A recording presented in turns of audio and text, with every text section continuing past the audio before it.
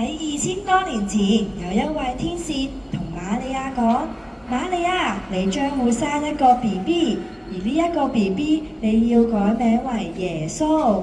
呢個 BB 佢係神嘅兒子，因為瑪利亞同埋約瑟咧都係好敬拜天父嘅，所以會照住神嘅説話去做。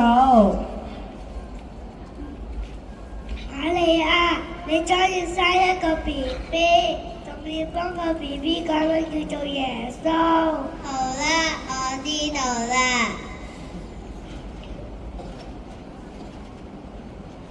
有一日，瑪利亞同埋約瑟嚟到伯利恆，瑪利亞個肚好痛啊 ，BB 就嚟要出世啦，所以佢哋要去揾旅店度住。請問咩事啊？你有冇啲客房可以俾我哋住啊？真係唔好意思啊，啲客房冇晒啦，真係唔好意思啊。我個肚好痛啊 ，BB 就嚟要出世啦。咁點算好啊？我哋仲有個馬槽係馬住嘅地方，你哋介唔介意啊？約瑟唔緊要啦，我哋住住先啦。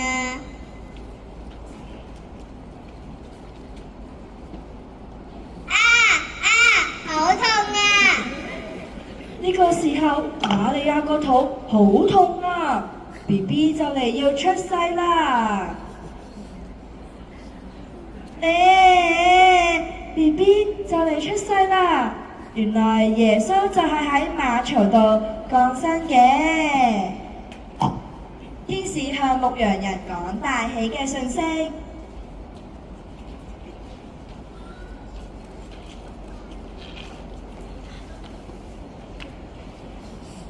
不要懼怕，我報給你們大喜的訊息，是關乎萬民的。因今天在大衛的城裏為你們生了救主，就是主基督。你們要看見一個嬰孩包着布臥在馬槽裏，那就是記號了。耶穌出世啦！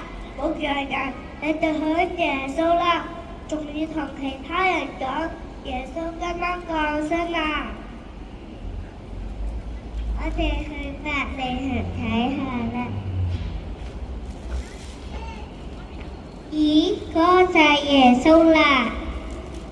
好嘢，耶穌出世啦！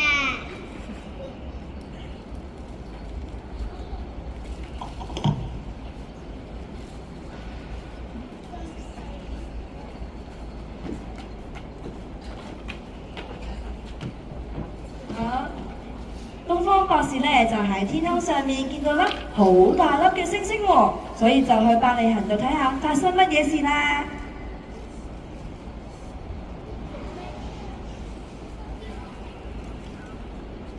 點解喺馬槽上邊有咁大粒星星嘅？我哋去望下。原來耶穌就喺馬槽度出世啦。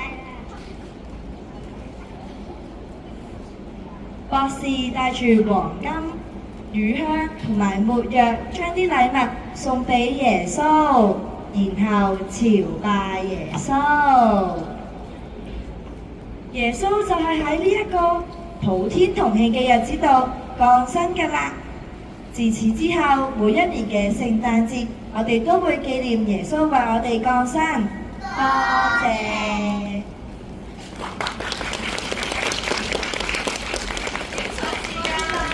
望住林老師，我哋影張相先啦，係啦，1、2、3，笑，望住先，好，最燦爛嘅笑容，OK，好啦。